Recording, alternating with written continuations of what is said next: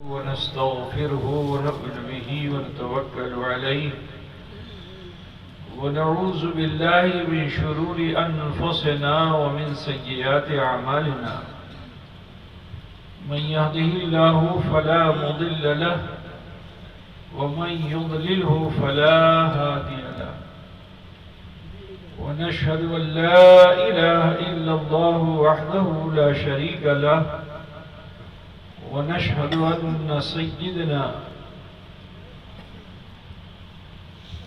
وطبيب قلوبنا وشفاء صدورنا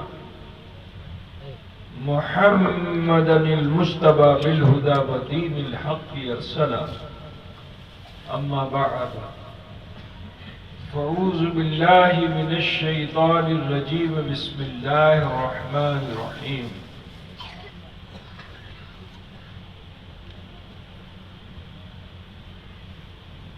أقيموا الصلاة صدق الله مولانا العظيم وبلغنا رسوله النبي الأمي الكريم ونحن على ذلك لمن الشاهدين والشاكرين والحمد لله رب العالمين.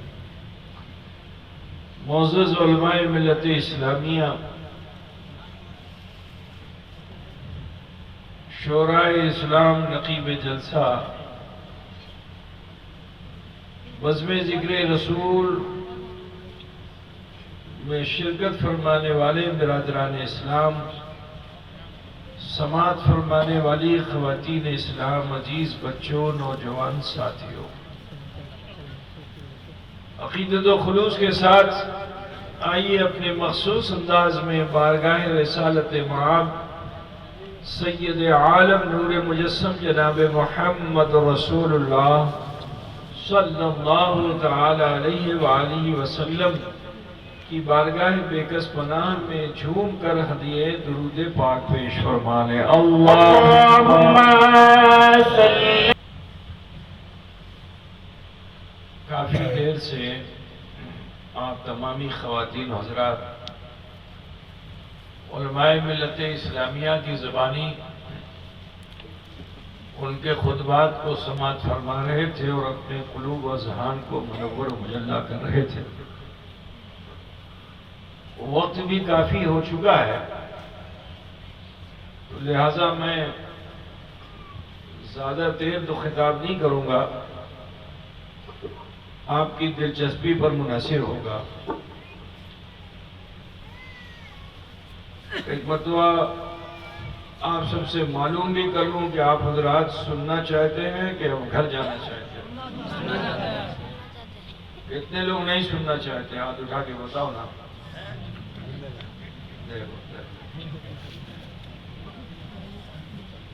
بہرحال مسجد کی تعمیر و توسیع کے تعلق سے یہ جلسہ ہے.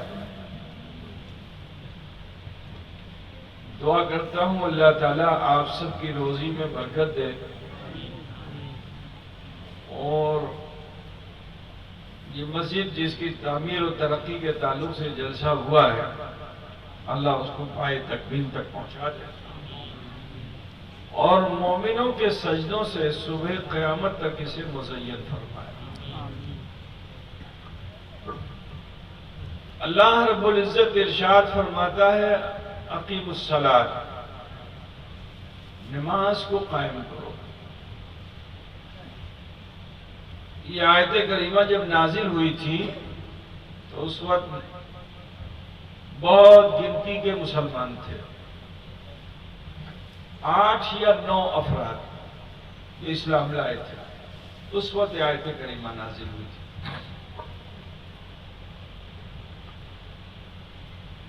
اب ذرا سوچئے، عربی زبان میں بڑی فصاحت و بلاغت ہے، وسعت ہے. ایک ایک شبد کے کئی معنی پائے جاتے ہیں. ہر بھاشا میں ایسا ہوتا ہے. اب مجھے بنگلہ زبان تو اتنی اچھی معلوم نہیں ہے، لیکن میں ہندی سنسکرت سے واقف ہوں، تو میں آپ کو بتاؤں کہ ہندی زبان میں ایک شبد ہے کنک. اور کنک کے معنی دو پائے جاتے ہیں، کنک کا معنی سونا اور کنک کا معنی دھتورا۔ دھتورا پوچھتے ہو نا تم لوگ؟ تو ایک شبد کے دو معنی۔ اب میں نے آپ کو بتا دیا کہ کنک کا معنی سونا ہے، کنک کا معنی دھتورا ہے۔ اب پھر میں آپ سے کہوں کہ کنک لے آؤ، تو جب میں کہوں گا کہ کنک لے آؤ تو آپ کے من میں دو میننگ آئے گی کہ نہیں آئے گی؟ کنک کے معنی سونا، کنک کے معنی دھتورا۔ تو پیر صاحب کون سی چیز مانگ رہے ہیں، کیا طلب کر رہے ہیں؟ تو آپ جگیاسا کریں گے نا، کون تھا؟ اٹھا کہ اٹھا؟ بولے گا کہ نہیں بولے گا؟ تو ایک شبد کے اگر دو میننگ ملتی ہے اور وہ شبد بولا جائے تو من میں ٹینشن ہوتا ہے کہ طلب کرنے والے نے، مانگنے والے نے کیا مانگا ہے۔ اب ذرا سوچو، عربی زبان کتنی فصیح و بلیغ زبان ہے کہ لفظ صلاۃ کے عربی زبان میں 73 معنی پائے جاتے ہیں۔ کتنا؟ 73۔ اب دو چار میں آپ کو بتا دیتا ہوں۔ صلاۃ کے معنی یہ جو گھٹنا ہوتا ہے نا، اس کو کیا بولتے ہو آپ لوگ؟ ہٹوا، ہٹوا، ہٹوا بولتے ہو کیا؟ گھٹنا بولتے ہیں، ہٹوا، گھٹی۔ اب جو بھی بولتے ہو گاؤں گاؤں میں زبان بدل جاتی ہے نا؟ سمجھ گئے نا؟ صلاۃ، یہ جو آنکھ جس گڈھے میں رکھی ہوئی ہے اس کو بھی صلاۃ بولتے ہیں۔ اور بھی میں آپ کو بتا دوں، آپ لوگوں کو بانس بہت ہوتا ہے نا، بانس، تو وہ پتلا والا بانس جس سے لاٹھی بنتی ہے، لاٹھی، لاٹھی پوچھتا ہے کہ نہیں پوچھتا؟ پوچھتا ہے نا؟ نہیں پوچھتا ہے تو پھر لاٹھی منگائی جائے، کیا پوچھتا ہے نا؟ تو لاٹھی والا جو بانس ہوتا ہے وہ کبھی کبھی ٹیڑھا ہوتا ہے، تو اس کو کیسے سیدھا کیا جائے؟ تو اس کا دو طریقہ ہے، ایک تو پانی میں اسے بھگو دیا جائے تو سیدھا ہو جائے گا وہ، اور دوسرا طریقہ یہ کہ اس کو آگ میں ڈال دیا جائے، سیکا جائے، آگ کی سیکائی کی جائے۔ تو جب اس کو آگ کی سیکائی کی جاتی ہے تو اس سے وہ بالکل سیدھا ہو جاتا ہے، تیر کی طرح۔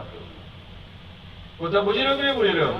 تو جو آگ میں اس لاٹھی کو ڈالا جاتا ہے، ٹیڑھی لاٹھی کو، اس کو سیدھا کرنے کے لیے، تو یہ آگ میں جو ڈالا جاتا ہے ٹیڑھی لاٹھی کو سیدھا کرنے کے لیے، اس کو بھی صلاۃ بولتے ہیں۔ ادھر تو پوچھتے نا؟ اور بھی بتا دیتا ہوں ایک دو معنی۔ صلاۃ کا معنی دعا کے بھی ہے، اور صلاۃ کے معنی گھوڑے کی پیٹھ بھی ہے۔ اب اگر میں صرف معنی ہی بتانے لگوں تو 72-73 میں تو سارا سمے نکل جائے گا، اتنا کافی ہو گیا نا آپ کے لیے۔ اب سوچو جب یہ آیت نازل ہوئی ہوگی تو ان صحابہ کے من میں کتنی چنتا ہوئی ہوگی کہ حضور کیا چاہتے ہیں؟ وہ مکہ کے جس مکے میں حضرت ابراہیم خلیل اللہ نے اللہ کے حکم سے کعبہ بنایا تھا تاکہ لوگ بتوں کی پوجا نہ کریں، ایک خدا کی بندگی کریں۔ جب کعبہ بن گیا تھا تو حضرت ابراہیم خلیل اللہ نے دعا کی تھی کہ اللہ یہاں ایک ایسی بستی کو بسا دے جو کعبے کا طواف کرنے والے ہوں اور نماز پڑھنے والے ہوں۔ نبی کی دعا قبول ہو گئی، بستی آباد ہو گئی۔ حضرت ابراہیم خلیل اللہ کے دین مذہب پہ سب قائم، لیکن 3500 سال تک اسماعیل ذبیح اللہ کے بعد سے لے کر جناب محمد الرسول اللہ صلی اللہ علیہ وسلم تک تقریباً 3500 سال کا دور گزرا۔ مگر اس دور میں اس قوم کا کوئی ہادی اور رہنما نہ ہو سکا. پھر اس قوم میں کوئی نہ نبی آیا نہ رسول آیا نہ کوئی ہادی آیا نہ کوئی پریچر آیا. تو وہ قوم کے جنہوں نے بتوں کو چھوڑا تھا، ایک خدا کی بندگی کا تصور کیا تھا، اپنے کو براہیمی کہتے تھے. ابراہیم خلیل اللہ کے دین پر وہ قائم تھے، لیکن جب کوئی امام نہیں، کوئی رہنما نہیں، کوئی پریچر نہیں، تو جانتے ہو حالت کیا ہو گئی تھی اس سماج کی؟ قبیلے قبیلے میں بٹنے لگے. جیسے تم لوگوں کے وہاں ایک گاؤں کا ایک سردار ہوتا تھا، لیکن اب آج کل کیا ہوتا ہے کہ ایک گاؤں میں کئی سردار ہو جاتے ہیں، ایک گاؤں میں کئی ماڈل ہو جاتے ہیں. اس کی وجہ یہ کیونکہ قیادت ختم ہو گئی. تو جب قیادت ختم ہو جاتی ہے تو ہر سماج میں کوئی نیتا کھڑا ہو جاتا ہے، کوئی باس کھڑا ہو جاتا ہے، اور وہ 10-5 کو لے کر کے اپنا قبیلہ بنا لیتا ہے. بولنا پوچھتے سے نا بابا، دیکھو بھائی ہم حق بات کہنے والے ہیں، ٹھیک ہے، اپنا وہ قبیلہ بنا لیتا ہے. تو مکے میں بھی حال یہی ہوا. ایک خدا کی بندگی کرنے والے لوگ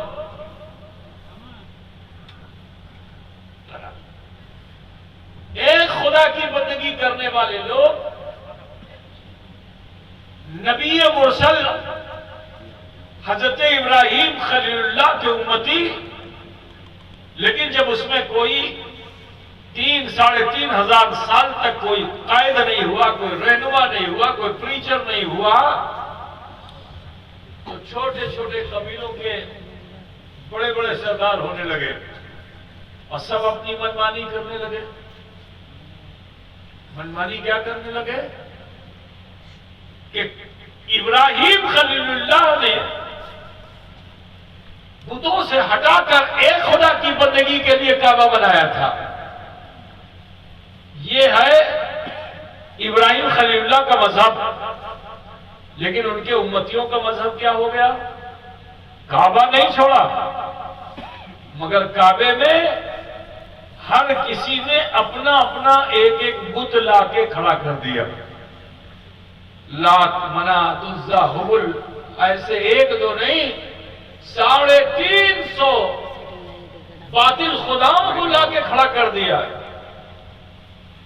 5 الگ ہوئے، انہوں نے خدا کھڑا کر دیا. 10 الگ ہوئے، انہوں نے لا کے خدا کو کھڑا کر دیا. کوئی جگہ بچی نہیں جہاں کعبے میں بتوں کو نصب نہ کر دیا گیا ہو. تو بتانا یہ کہ جب رہنما نہیں ہوتا، قائد نہیں ہوتا، پریچر نہیں ہوتا، تو سنو، شریعت میں طبیعت داخل ہو جاتی ہے. اور جب شریعت میں طبیعت داخل ہوتی ہے تو فتنے فساد اس طرح کے ہوتے ہیں کہ جو ہمارا نیچر ہے وہ نیچر ہی بدل جاتا ہے. جو نیچر ہے وہ نیچر ہی بدل جاتا ہے. مثلا کہ کل مولود یولد علی الفطرہ، ہر پیدا ہونے والا اسلام کی فطرت پر پیدا ہوتا ہے. لیکن تہذیب نے اس کے نیچر کو بدل دیا. یہودی کی گود میں چلا گیا تو یہودی بن گیا، عیسائی کی گود میں چلا گیا تو عیسائی بن گیا، مجوسی کی گود میں چلا گیا تو مجوسی بن گیا. ٹھیک ہے، آریہ سماجیوں کے گود میں گیا تو آریہ سماجی بن گیا، سناتن دھرمیوں کے وہاں گیا تو سناتن دھرمی بن گیا، جینی بن گیا، بودھسٹ بن گیا، ٹھیک ہے، سکھ بن گیا. نہ جانے کتنی قوموں میں بڑھ گیا یہ انسان. ٹھیک، مکہ مکرمہ میں بھی حال کچھ یہی تھا. کہتے تھے کہ ہم براہیمی ہیں. اگر کوئی رہنما پریچر باہر سے آتا، عیسائی، یہودی، مجوسی، تو اس کی عزت ضرور کرتے تھے، مگر اس کی دعوت کو قبول نہیں کرتے تھے. تو وہاں کے رہنے والوں کا مزاج یہ ہو گیا کہ کعبہ مانتے تھے، مگر کعبے کی جو روح تھی وہ نکل چکی تھی. کہ اسلام کی تعلیم حضرت ابراہیم خلیل اللہ نے دی تھی وہ ختم ہو چکی تھی۔ اے عزیزو، دعا کیا مانگی تھی؟ اللہ یہاں ایسے لوگوں کو آباد کر دے کہ جو کعبے کا طواف کرنے والے ہوں اور نماز پڑھنے والے ہوں۔ لیکن حالت کیا ہو گئی؟ طواف کعبہ تو وہ کرتے تھے، مگر جانتے ہو کیسے کرتے تھے؟ نبی کے کہے ہوئے طریقے پہ نہیں کر رہے تھے۔ ان کے ذہن میں یہ تھا کہ کعبے کا طواف کرنے سے گناہ دھل جاتے ہیں۔ اپنے کو رذیل و ذلیل بنا کر آتے تھے۔ وہاں بغیر سلا کپڑا پہنا جاتا ہے مردوں کے لیے، لیکن اس 3500 سال کے عرصے میں طواف کرنے کا ڈھنگ انہوں نے بدل دیا کہ اگر کوئی انسان گناہ کرتا، کھوتی کرتا اور وہ احساس کر لیتا کہ ابھی بھول کر لم، کھوتی کر لم، تو عورت اور مرد دونوں اپنا کپڑا اتار دیتے تھے اور ننگے ہو کر کے، نیکڈ ہو کر ناگا بن کر کے آتے تھے اور کعبے کا طواف کرتے تھے۔ خدا کا گزشتہ سنتے؟ تو جب وہ آتے تھے طواف کعبہ کرنے کے لیے تو مکے کے لوگ اس پر جب ہنسی مذاق اڑاتے تھے، جب انہیں پتھروں سے مارتے تھے تو وہ سمجھ لیتے تھے کہ اب ہمارا گناہ دھل گیا، پاپ نشٹ ہو گیا۔ یہ عقیدہ بن گیا تھا۔ نماز کو تو نسیہ منسیہ کر دیا تھا، بھلا دیا تھا۔ اب جب رسول کائنات جناب احمد مجتبیٰ محمد مصطفیٰ صلی اللہ علیہ وسلم ایسے پرآشوب ماحول میں تشریف لائے اور آپ نے جب اعلان کلمۃ الحق کیا تو اس ابو لہب کو دیکھو کہ جس نے حضور کے پیدا ہونے پر خوشی منائی تھی کہ جب رسول کائنات تشریف لائے تھے اس دنیا میں تو لونڈے نے آ کر خوشخبری دی تھی، مبارک ہو آپ کو بھتیجا ہوا ہے۔ تو اس لونڈی کو جن کا نام صوبیہ تھا آزاد کر دیا، اشارہ کیا تو نے مجھے اتنی بڑی خوشخبری دی ہے، جا تجھے آزادی ہے، اور اپنی انگوٹھی کو اتار کر اسے دے دیا۔ یہ وہاں ایک بہت بڑا اعزاز تھا کہ کوئی کسی کو اپنی انگوٹھی اتار کے دے دے۔ ذرا سوچو کہ جس نبی کے پیدا ہونے پر ابو لہب نے اتنی خوشی منائی تھی، لیکن جب پارا کی چوٹی پر کھڑے ہو کر رسول کائنات صلی اللہ علیہ وسلم نے اعلان کلمۃ الحق کیا تو سب سے پہلا مخالف کون ہوا؟ ابو لہب۔ ابو لہب اتنا بڑا مخالف ہوا کہ اللہ بھی ناراض ہو گیا۔ ابو لہب ہوا، اس کی بیوی ہوئی، اس کی بیوی بھی بہت بڑی مخالف ہوئی، ایذا رسانی دینے میں پیچھے نہیں تھی۔ آپ نے سنا ہوگا کہ رسول اللہ کے راستے میں کانٹے لوگ بچھاتے تھے، تو ان کانٹا بچھانے والیوں میں ایک نام ابو لہب کی بیوی کا ہے کہ جو یہ کام کرنے کے لیے کسی نوکر سے کام نہیں کراتی تھی۔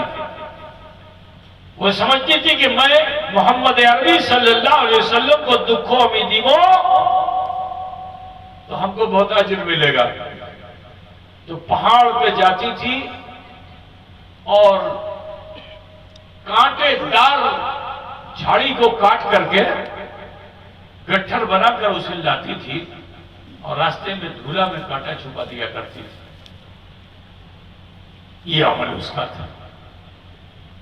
ابو لہب اپنے مال و زر پہ بڑا اجراتا تھا، کیونکہ وہاں جو لوگ بھوگ چڑھاتے تھے، سونے چاندی جو کچھ بھی چڑھاتے تھے وہ سب ابو لہب کے ہاتھ آتا تھا۔ تو جب نبی کی شان میں گستاخی کرنی شروع کر دی تو اللہ تعالیٰ اتنا ناراض ہوا کہ رب تعالیٰ نے سورہ تبت یدا کا نزول فرمایا کہ تبت یدا ابی لہب، ابو لہب کا ہاتھ ٹوٹ جائے، ابو لہب لولا ہو جائے۔ وَتَبَّ مَا أَغْنَى عَنْهُ مَالُهُ وَمَا كَسَبَ، اور اس کے جو مال اسباب ہے وہ سب برباد ہو جائے. ٹھیک ہے؟ اور صرف یہی نہیں، وَتَبَّ مَا أَغْنَى عَنْهُ مَالُهُ وَمَا كَسَبَ سَيَصْلَى نَارًا ذَاتَ لَهَبٍ وَامْرَأَتُهُ، اور جہنم کی آگ کا ایندھن بنے کون؟ ابو لہب بنے اور اس کی بیوی بنے. ذرا سوچو کہ ایک چاچا وہ جسے سید الشہداء امیر حمزہ کہا جائے، کہ جن کے غم میں جناب محمد رسول اللہ اپنی آنکھوں کو تر کر دے، نمدیدہ ہو جائیں، اور ایک چاچی وہ ہیں جو مولا علی کی ماں ہے. حضور کی ایک چاچی وہ بھی ہیں جنہوں نے حضور کی پرورش میں بڑا حصہ لیا تھا. تو جانتے ہو جب مولا علی کرم اللہ وجہ الکریم کی والدہ کا انتقال ہوا تو رسول کائنات صلی اللہ علیہ وسلم جب جنت البقیع میں تشریف لے گئے تو آپ نے ان کی قبر انور کو جو دیکھا تو جنازے کو روک دیا اور خود قبر انور میں جا کے اتر گئے، اور قبر میں نبی جا کے اترے ہی نہیں، لیٹ بھی گئے. کافی دیر تک لیٹے رہے. اچھا بتاؤ جہاں حضور لیٹے گے وہ جگہ کیا ہوگی؟ بولو. وہ رحمت کی جگہ ہوگی نا جی. جس جگہ حضور لیٹے ہیں وہ تو عرش اعظم سے بھی زیادہ بلند جگہ ہے. یہ ہم اہل سنت والجماعت کا عقیدہ ہے. ٹھیک ہے نا بھائی؟ ایک چاچی وہ کہ جن کے لیے حضور اتنی بھالواسا کریں، اور ایک چاچی وہ تھی کہ جو حضور کے راستے میں کانٹے بچھاتی تھی. تو جانتے ہو کیا ہوا کہ فرشتے بغیر اللہ کے حکم سے کوئی کام نہیں کرتے، لیکن فرشتے بھی اتنا خفا ہوئے، اتنا ناراض ہوئے کہ وہ بھی آسمان سے اتر کے زمین پہ آئے. وہ لے کے وہی جھاڑی لے کر آ رہی تھی ابو لہب کی بیوی، حضور کی چاچی تھی رشتے میں. وہ اتنا فرشتے خفا ہوئے کہ جس گٹھر کو اس نے رسی سے باندھا تھا، مونچھ کی رسی سے باندھا تھا نا، اسی رسی کو اس کے لیے پھانسی کا پھندا فرشتوں نے بنا دیا. کاش کہ ہم قرآن پڑھتے اسے سمجھتے بھی ہے نا. مسلمانوں یہ تھا مکے کا حال. جب آپ نے اسلام کی تعلیم کو پیش کیا تو صرف مشکل سے 8 یا 9 لوگ اسلام لائے تھے، اور جیسے اسلام لائے حکم آ گیا اقیموا الصلاۃ، نماز کو قائم کرو. تو صحابہ کے ذہن میں تو یہ تھا کہ 73 مانا کوئی دعا سمجھ رہا ہے، کوئی گھوڑے کی پیٹھ سمجھ رہا ہے، کوئی گھٹنا سمجھ رہا ہے، کوئی آنکھ کا حالہ سمجھ رہا ہے. طرح طرح کے خیالات ذہن میں تھے. تو سب نے برجستہ رسول پاک کی بارگاہ میں عرض کیا یہ شیء فی الصلاۃ صلی، یہ صلاۃ کیا ہے جسے ہم ادا کریں؟ صلاۃ کی نشان ہے. کیونکہ طواف تو کرتے تھے مگر نماز کو بھلا دیا تھا. صلاۃ کیا ہے جسے ہم ادا کریں؟ بخاری شریف میں بڑی طویل حدیث ہے جس کا سارانش میں آپ کے سامنے رکھ رہا ہوں کہ اللہ کے رسول لب کشا ہونا چاہتے ہیں کہ اسی سمے حضرت جبریل امین علیہ تحیت و ثنا حکم رب پا کر بارگاہ مصطفیٰ میں حاضر ہوئے اور آپ نے 2 رکعت نماز ادا فرمائی. کتنی؟ 2 رکعت.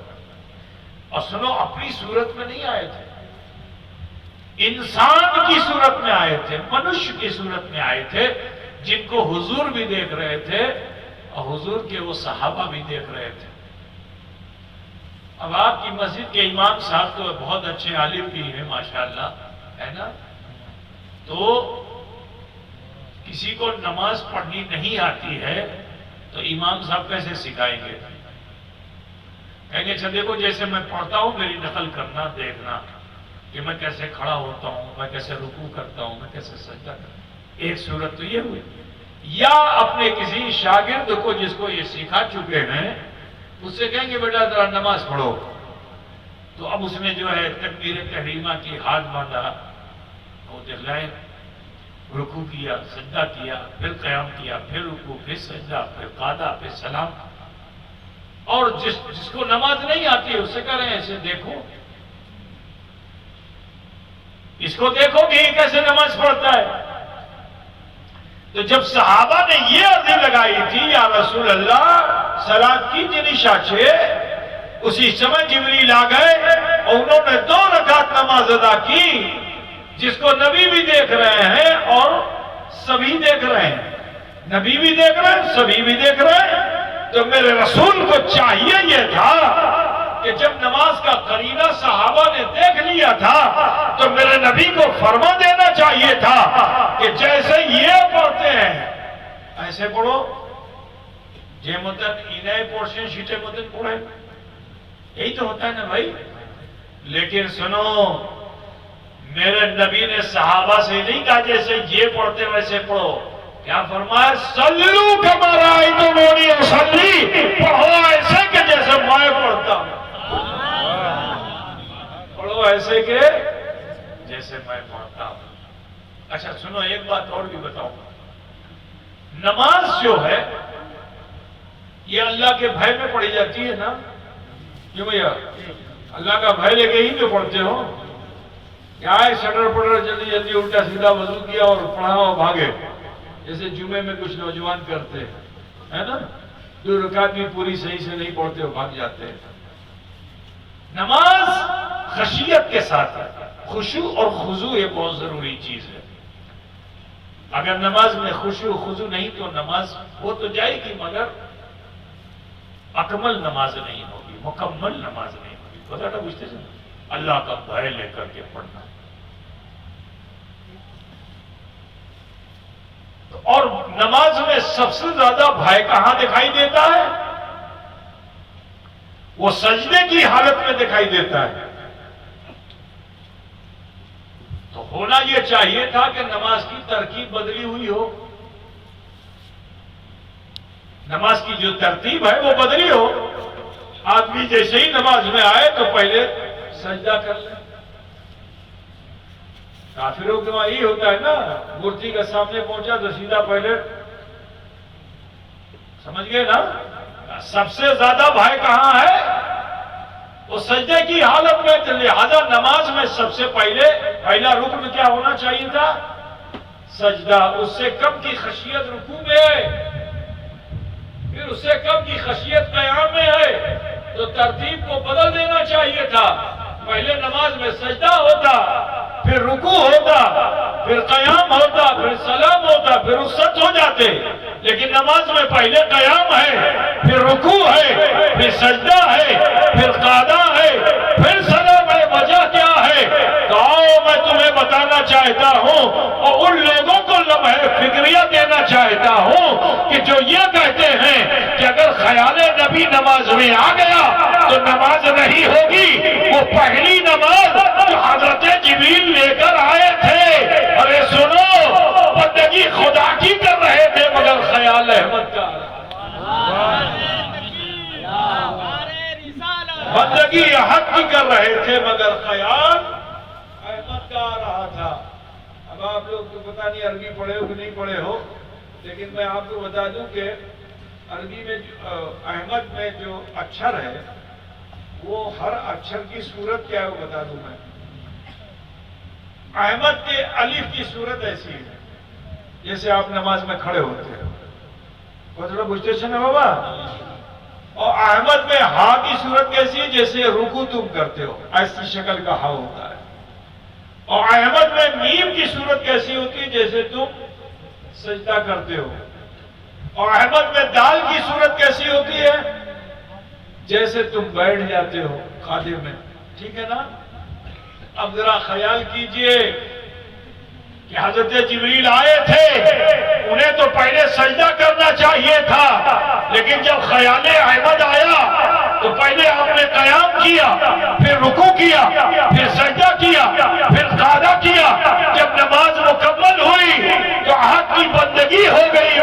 امام احمد کا بن گیا.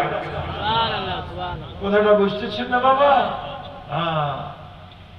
اور ایک صورت بتا دوں لیٹسٹ بالکل. শুনবেন বাবা? বন্ধ করে দেন. কি সময় বেশি হলো না? আমিও যাব পান্ডুয়া শরীফ যাব. আর কালকে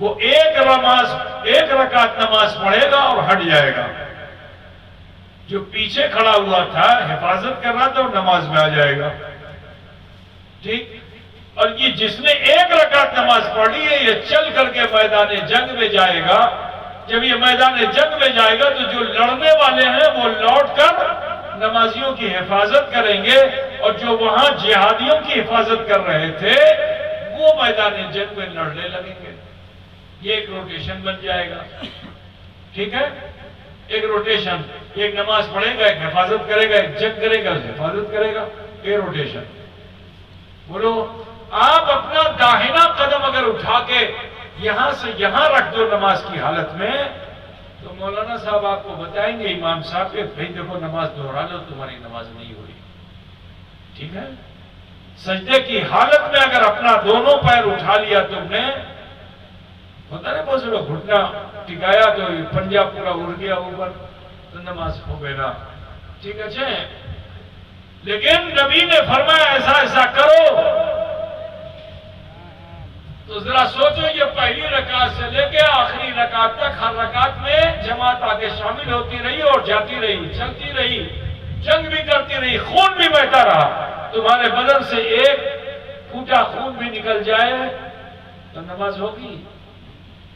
ارے بولو بھائی وضو ہی نہیں رہے گا. جب وضو نہیں رہے گا تو نماز نہیں ہوگی ہے نا. لیکن نبی نے فرما دیا تو جہاد میں جہاد بھی کر رہا ہے اور حالت نماز میں ہے. پیچھے اس کے سپورٹ کرنے والا سپورٹ کر رہا ہے مگر حالت نماز میں ہے. نمازی نماز پڑھ رہا ہے اس کے پیچھے کھڑا ہوا انسان سپورٹ کر رہا ہے وہ بھی نماز میں ہے. پتہ کا بچے سے نا یہ میرے نبی کا اختیار. اچھا اگر تم حالت نماز میں ہو اور نبی بلا لے تو نبی کے بلانے پر پھر ویٹ نہیں کرنا ہے کہ میں سجدے میں ہوں ذرا سجدہ پورا ہو جائے تو جاؤں. نہیں. جس حال میں نبی نے تم کو بلایا ہے اسی حال میں نبی کی بارگاہ میں حاضر ہو جاؤ. پتہ بچے نا اب اگر نماز بھی پڑھ رہے ہو اور نبی بلا لے تو نماز نہیں تمہیں نبی کی بارگاہ میں جانا ہوگا. لیکن سنو کہ نبی نے بلا لیا آپ حالت نماز میں تھے نبی نے بلایا آپ چلے گئے مگر آپ کی نماز ٹوٹی نہیں. نبی نے حکم دیا آپ نے سنا جی کہا ہاں کہا سلام کیا جو کچھ بھی کیا آپ حالت نماز میں ہیں. نبی کا وہ حکم مان کر پھر نبی کی بارگاہ میں آئے مگر آپ حالت نماز میں آئے. اور سنو جب یہ تمام حکم مان لیا نبی کا تو پھر لوٹ کر اسی مقام پہ جاؤ جہاں سے تم نے نماز کو چھوڑی تھی. جس رکن سے اٹھ کر گئے تھے اسی رکن کو اختیار کر لو. دوبارہ دہرانے کی ضرورت رہی تم حالت نماز میں. یہ ہے میرے نبی کا مقام. اب آؤ نبی کا اختیار دیکھ لو.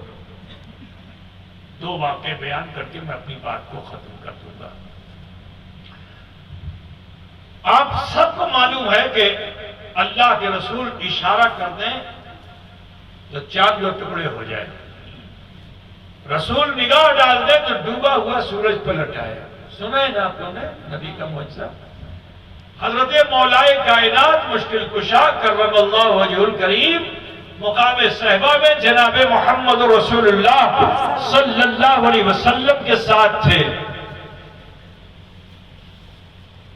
اللہ کے رسول صلی اللہ علیہ وسلم نے ارشاد فرمایا علی میں استراحت کرنا چاہتا ہوں آرام کرنا چاہتا ہوں. علی خوشی سے پھولے نہ سمائے جلدی سے بیٹھ گئے دو زانوں اور اپنی گود پیش کر دی. اللہ کے رسول صلی اللہ علیہ وسلم نے مولا علی کی گود میں سر رکھا اور استراحت فرمانے لگے. ہماری طرح حضور نہیں سوتے. ہم سوتے ہیں تو مثل مردہ لیکن نبی جب سوتے ہیں تو آقا فرماتے ہیں میں جب سوتا ہوں تو میرا دل جاگتا ہے. ٹھیک ہے. حضور جب آرام فرماتے ہیں اللہ کی وحی کا نزول ہوتا ہے. بات سمجھ رہے ہیں نا. ہمارا سونا اور نبی کے سونے میں یہ فرق ہے. نبی استراحت فرما رہے تھے. اور ادھر عصر کا وقت آیا اور آگے جانے لگا. اب جو عصر کا وقت آگے جانے لگا تو حضرت علی بے چین ہونے لگے، کیونکہ ان 8 آدمیوں 9 آدمیوں میں ایک علی بھی ہیں جن کو سب سے پہلے نماز ملی. وہ علی کی جن جو عمر کو بھی نہیں پہنچے تھے. مورخین محدثین یہی کہتے ہیں کہ اس وقت علی کی عمر 9 سال کی تھی یا 8 سال کی تھی. ہمارے بچے پہ 8 سال 9 سال کی عمر میں نماز فرض نہیں ہوتی ہے. نماز کی فرضیت 12 سال میں ہوتی ہے. ٹھیک ہے، 12 سال کا بچہ ہو گیا تو اس پہ نماز فرض ہے. اس سے کم کی عمر کا ہے تو ماں باپ کو چاہیے کہ وہ اپنے بچے کو نماز کی ترغیب دیں. 7-8 سال کی عمر میں نہ پڑھے تو ڈانٹ کے پڑھائیں، اور زیادہ عمر بڑھ جائے نہ پڑھے تو مار کے بھی پڑھائیں. یہ ماں باپ کی ذمہ داری ہے. ٹھیک ہے نا؟ افسوس کہ ماں باپ خود ہی نماز نہیں پڑھ رہے ہیں تو اپنے بچوں کو کیا پڑھائیں گے. اللہ کرے کہ ہمارے گھروں میں اور ہمارے سماج میں نماز کا ماحول بن جائے.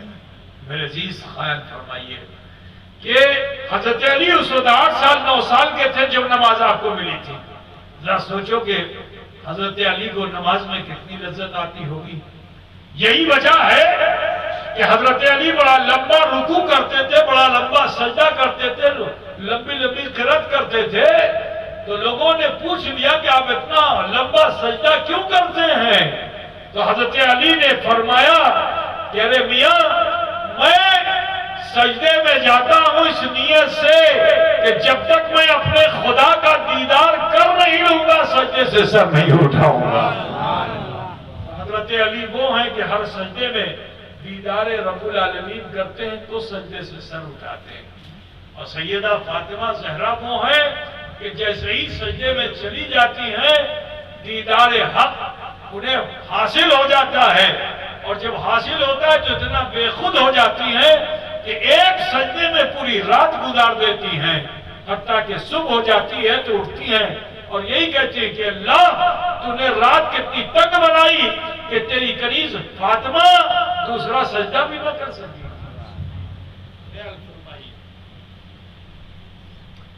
آپ لوگوں کو مزہ نہیں آ رہا ہے کیا؟ کوئی لطیفہ سنیں کہ سننا ہے من سے کہ نہیں من سے؟ تو حضرت علی کی جب نماز قضا ہونے لگی تو بے چین ہونے لگے. لیکن اچانک اس باب العلم کے دل میں خیال ہی آیا کہ صدیق اکبر تو تحفہ دے کر حضور کی بارگاہ میں نظروں میں آ چکے ہیں. عمر فاروق نے بھی اپنا پورے مال کا آدھا مال راہ خدا میں دے دیا ہے، وہ بھی نظروں میں آ چکے ہیں. لیکن میرے پاس تو پیسہ تھا نہیں، مال و متاع تھے نہیں، میں تو دے نہ سکا کچھ. تو آج موقع ہے کہ حضور کی نیاز میں نمازی ہی کو پیش کر دو. تو وہ اصل کی نماز جس کی حفاظت کا اللہ خصوصیت کے ساتھ قرآن میں حکم دے رہا ہے، وہ اصل کی نماز قضا ہو رہی ہے. علی کے دل میں آیا کہ چلو آج نماز ہی کو نبی کی نیاز میں پیش کر دیتا ہوں. حتیٰ کہ سورج ڈوب گیا.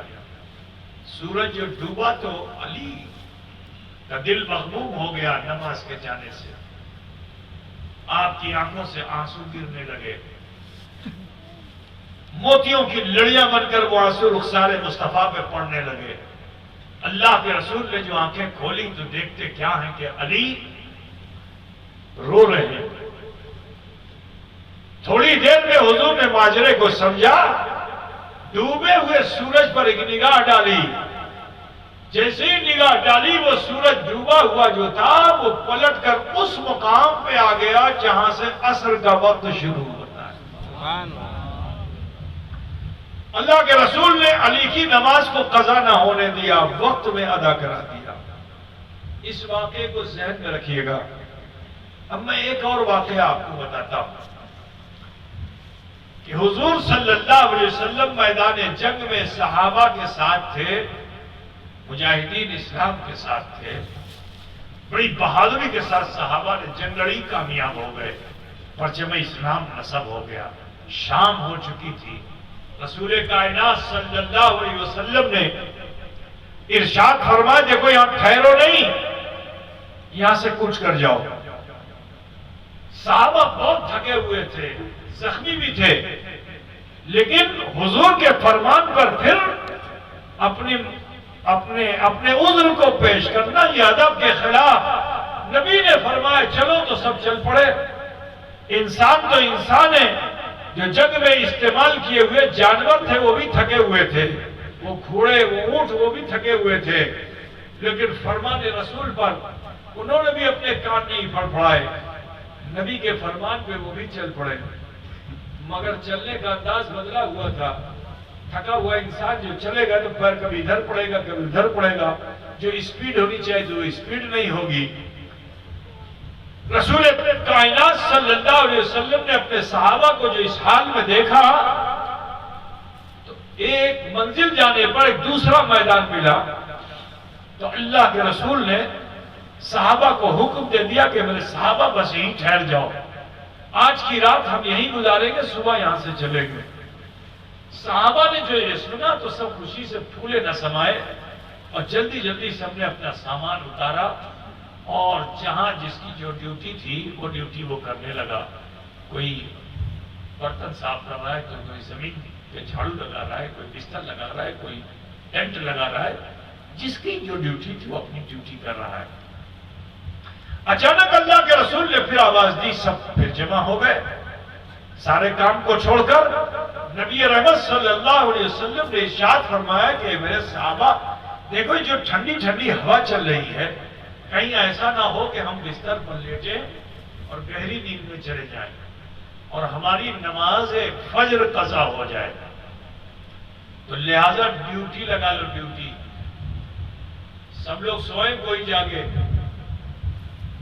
صحابہ نے ڈیوٹی لگا لی، 1 گھنٹہ یہ تو آدھا گھنٹہ وہ، اس طرح سے آقا نے ارشاد فرمایا سب سے آخر میں بلال اٹھیں گے، وہی اذان کہیں گے۔ اب جب صبح کے قریب آخری صحابی بلال کو جگا رہے ہیں تو بلال تو گہری نیند میں، بلال اٹھیے بلال اٹھیے، مگر حضرت بلال اٹھ نہ سکے، تو پھر جھنجھوڑ کر انہیں جگایا، بڑی مشکل سے بیدار ہوئے، تو حضرت بلال نے جلدی سے وضو کیا اور پھر اپنی ڈیوٹی کو قبول کر لیا۔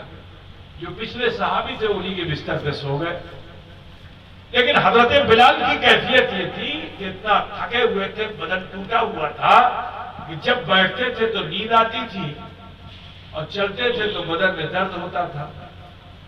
اب بہت ٹینشن میں ہوئے کہ کیا کریں کیا نہ کریں، آخر کار ایک فیصلہ کیا کہ لاؤ تلوار کو نکالوں اور اسے زمین پہ گاڑ دوں اور اس کی نوک پر اپنی اس ٹھنڈی کو رکھ لوں، جب نیند آئے گی تو یہ چبھے گی تلوار، آنکھ کھل جائے گی۔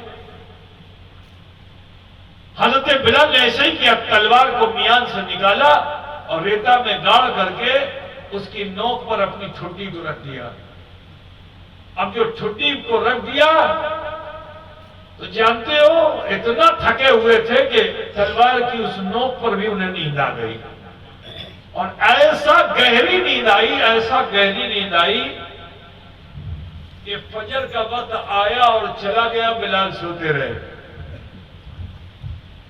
جب سورج چڑھ گیا تو آنکھ کھلی، اب جو آنکھ کھلی تو بڑے لجت، مگر یہی حال سارے صحابہ کا تھا، کوئی نہیں اٹھ پایا تھا، اور سب یہی سمجھ رہے تھے کہ میری ہی نماز قضا ہوئی ہے، کوئی کسی سے تو پوچھ نہیں رہا ہے، تو سب یہی سمجھ رہے کہ ہمار نماز قضا ہو لو، ہمار نماز قضا ہو لو، ہمار نماز، تو ایک دوسرے سے نگاہ نہیں ملا رہے تھے، کوئی بات نہیں کر پا رہا تھا، سب شرمندہ اور لجت تھے کہ نبی رحمت صلی اللہ علیہ وسلم نے پھر سب کو بلایا، جمع کیا اور پھر ارشاد فرمایا کہ میرے صحابہ پریشان مت ہو، پورے قرآن میں ڈھونڈ ڈالو گے قضا نماز کو ادا کرنے کا حکم کہیں نہیں ملے گا، کیونکہ نماز کا وقت وقت مقررہ میں ہے، ان الصلاۃ کانت علی المؤمنین کتابا موقوتا، کہ بے شک نماز کو اللہ تعالیٰ نے وقت مقررہ میں فرضیت کا مقام دیا ہے۔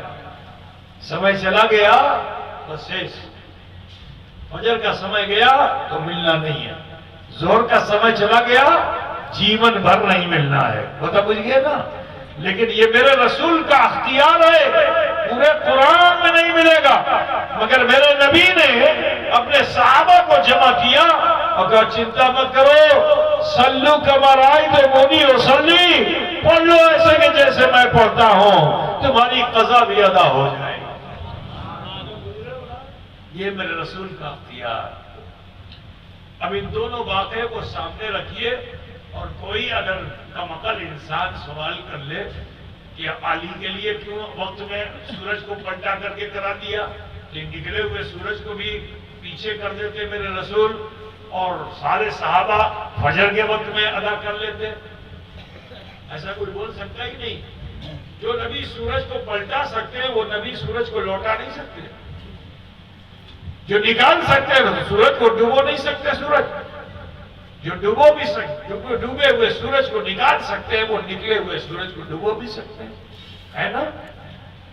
لیکن سنو، فعل الحکیم لا یخلو عن الحکمہ، حکیم کا کوئی بھی فعل حکمت سے خالی نہیں ہوتا ہے۔ اللہ کے رسول نے یہاں صرف ان چند صحابہ کو نہیں دیکھا، صبح قیامت تک کے امتیوں کو دیکھا۔ اگر میرے نبی نے اپنا یہ طریقہ نہیں عطا فرمایا ہوتا تو سنو، کوئی بھی مسلمان جنت میں جا ہی نہیں پاتا، اس کو جہنم میں ضرور جانا پڑتا، کیونکہ جیون میں کبھی نہ کبھی کسی نہ کسی موقع پر ایک وقت کی بھی نماز اگر قضا ہو گئی تو جہنم میں جانا۔ لیکن میرے رسول نے کیا طریقہ عطا فرما دیا کہ اب اگر بالو گاڑا کا ہو، صبح قیامت تک بسنے والا مسلمان، اس کی ایک وقت کی بھی نماز قضا ہو جائے یا جیون میں بہت سی نمازیں قضا ہو جائیں تو نبی کے اس طریقے کو اگر تم اختیار کر لیتے ہو تو وہ قضا نماز ادا ہو جائے۔ پھر علی کے لیے ایسا کیوں نہیں کیا؟ تو میں بتانا چاہتا ہوں کہ علی کے لیے نبی نے کیا فرما دیا کہ من کنت مولا ہو فعلی مولا، میں جس کا مولا ہوں اس کے علی مولا ہے۔ تو رسول یہ جانتے ہیں کہ میرے بعد میری امت علی کو آئیڈیل بنائے گی، اور علی نے نیت کیا کی تھی، نماز کو نیاز میں پیش کر دوں گا، تو کہیں میرا امتی علی کو آئیڈیل بنا کر یہ نہ کہنے لگے کہ ہم تو علی والے ہیں اس لیے ہم نے نماز کو نیاز میں پیش کر دیا ہے۔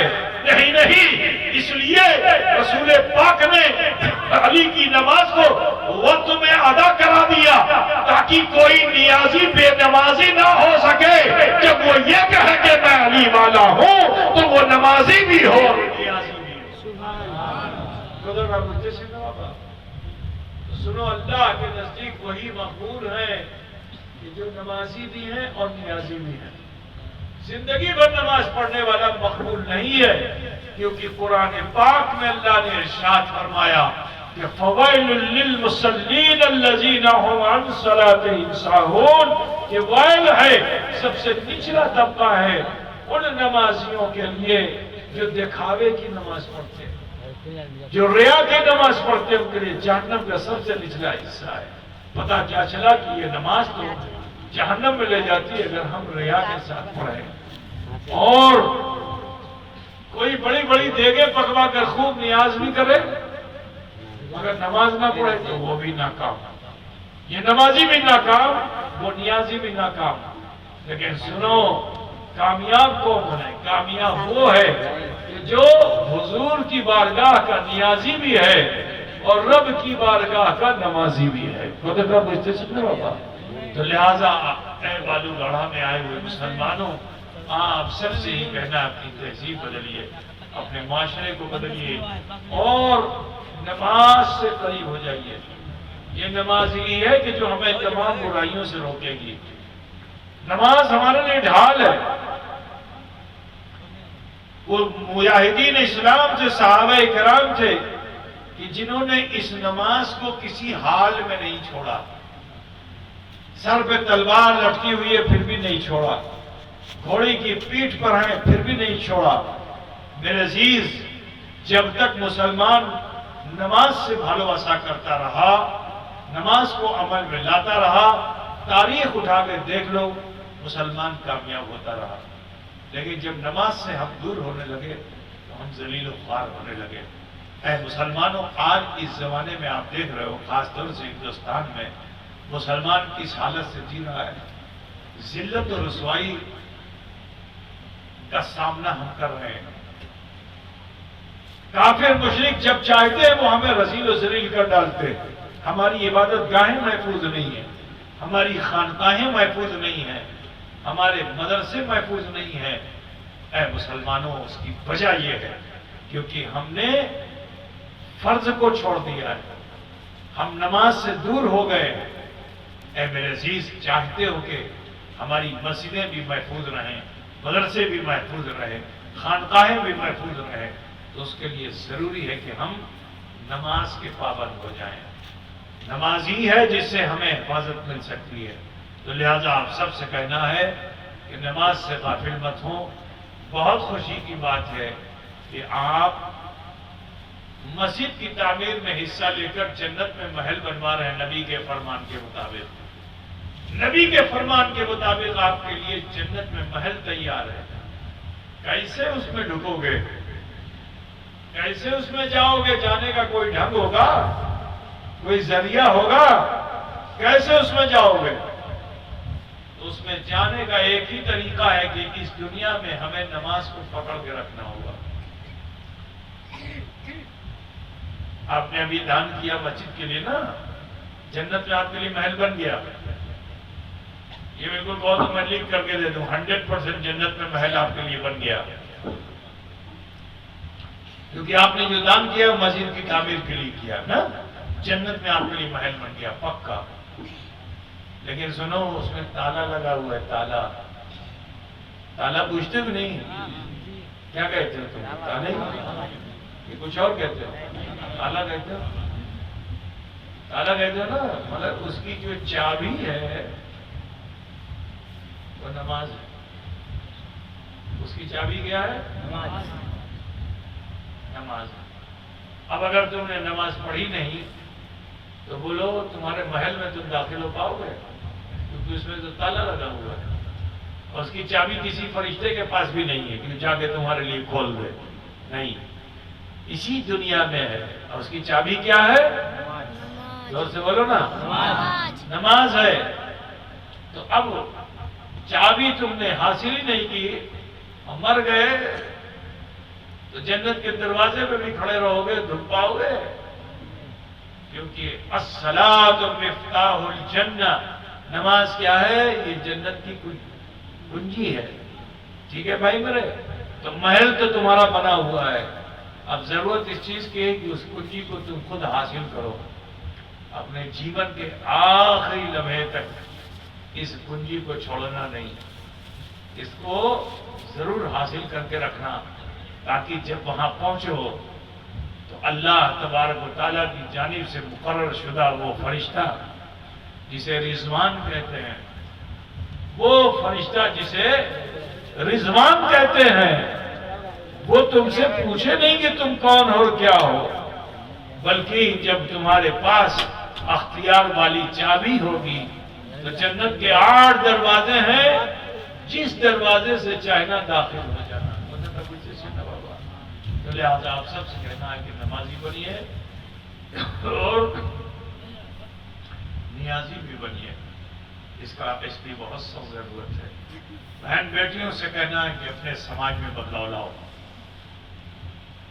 آج تو یہ شکشت دور ہے، ہر گھر میں مردوں سے زیادہ جو ہے وہ مہلائیں علم حاصل کر رہی ہیں۔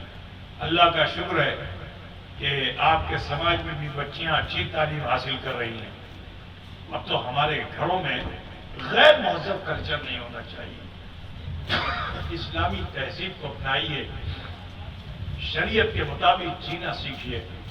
جب آپ نماز پڑھنے لگیں گی تو پاکی ناپاکی کا خیال ہوگا آپ کو، اپنے نجاست کا خیال ہوگا، گھر کی صفائی کا خیال ہوگا، نظافت کا خیال ہوگا، خود بخود ہر گھر کی تہذیب بدلتی چلی جائے گی۔ تو لہذا میں اپنی بہن بیٹیوں سے کہنا چاہوں گا کہ میری بہن بیٹیوں کی انقلاب ہمیشہ ماں بہن بیٹیوں سے آیا ہے۔ اگر ہماری ماں بہن بیٹیاں شریعت کے مطابق جینے لگیں، خود بخود انقلاب آ جائے گا۔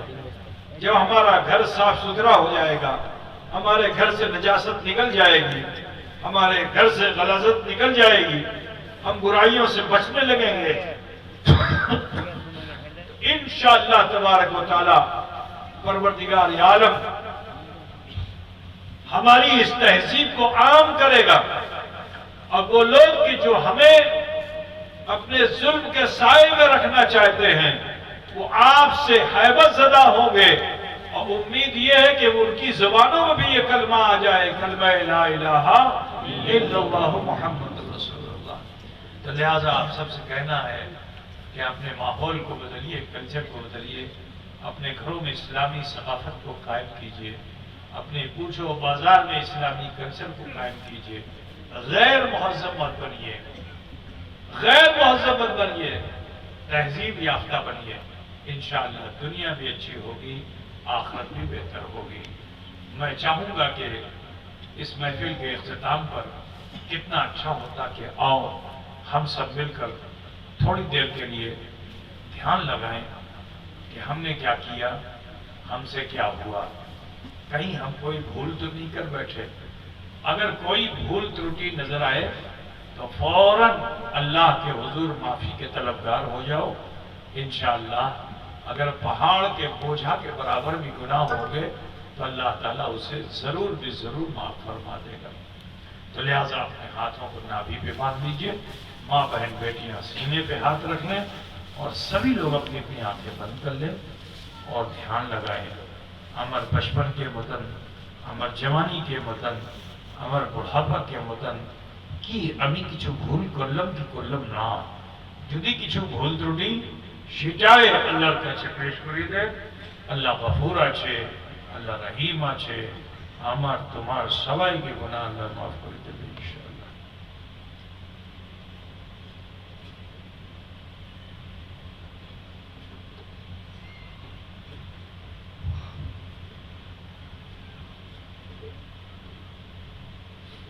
پڑھیے بسم اللہ الرحمن الرحیم، لا الہ الا اللہ محمد رسول اللہ، اللہ ہی معبود ہے، محمد رسول اللہ صلی اللہ علیہ وسلم اللہ کے سچے رسول ہیں۔ استغفر اللہ ربی من کل ذنب واتوب الیہ، اے اللہ تیری بارگاہ میں سچے دل سے سب چھوٹے بڑے گناہوں سے ہم توبہ کرتے ہیں اور ہم وسیلہ چاہتے ہیں تیرے محبوب سید عالم نور مجسم احمد مجتبی محمد مصطفیٰ صلی اللہ علیہ وسلم کا۔ اس مختصر سے وقت میں اللہ کریم نے ہم سب پہ فضل فرمایا کہ ہم نے کلمہ شریف پڑھا اور استغفار کیا۔ عزیزو، اس سمے ہم اور آپ ایسے ہو چکے ہیں جیسے ماں کے پیٹ سے پیدا ہونے والا بچہ ہوتا ہے۔ جب ہم اتنے سچ ہو چکے ہیں تو ضروری ہے کہ نیک عمل کریں، شریعت کے حکم پر چلیں، اللہ تبارک و تعالیٰ کے جو فرامین ہم پہ ہیں اس پر عمل کریں۔ انشاءاللہ تعالیٰ جب آپ ایسا کرنے لگیں گے تو اتنے سوچ ہو جائیں گے کہ نبی رحمت صلی اللہ علیہ وسلم ارشاد فرماتے ہیں کہ التائب من الذنب کمن لا ذنب لہ، گناہوں سے توبہ کرنے والا انسان ایسا ہو جاتا ہے گویا اس نے کوئی گناہ کیا ہی نہیں۔ تو بہن تعالیٰ آپ لوگ اس وقت اتنے صاف ستھرے ہو چکے اور نبی کے فرمان کے مطابق اب اپنے آنے والے جیون کو اجل بنائیے، سچ بنائیے تاکہ اللہ کی بارگاہ سے آپ کو سرخروئی حاصل ہو سکے۔ میں انہی کلمات کے ساتھ میں اپنی گفتگو کو ختم کرنا چاہوں گا۔ وآخر دعوانا ان الحمد للہ رب العالمین۔ کھڑے ہو جائیے، صلوات و سلام۔